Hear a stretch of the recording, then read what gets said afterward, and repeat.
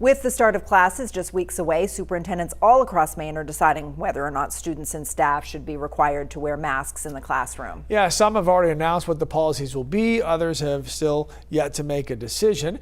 Our Alex Haskell here this morning just spoke with some of the other school leaders locally about what their plans will be for the new school year. Good morning, Alex.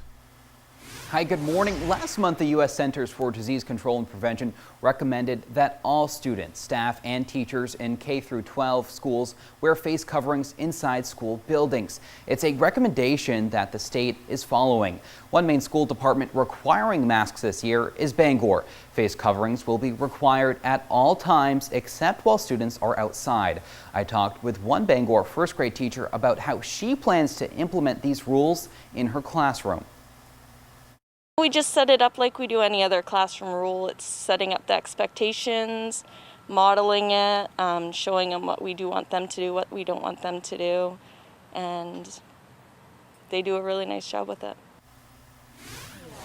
I also spoke with John Suddy. He's the RSU 23 superintendent in Old Orchard Beach. Just days ago, he told me he made the decision to require students and staff to wear masks. This is expected to be voted on at a school board meeting tomorrow.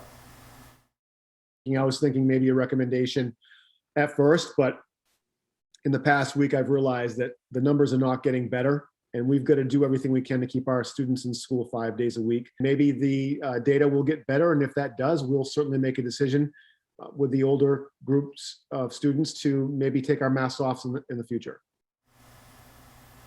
And just last night, the Hermon School District Superintendent Jim Chass sent out a letter updating the community on his plan for the school year. It read in part, "At this point in time, we will not require masks to be worn. However, we certainly strongly support wearing masks, and especially when the transmission is proven to be locally at high levels." And according to the letter, the Hermon School Committee voted to implement pool testing at its schools. For News Center Maine, I'm Alex Haskell.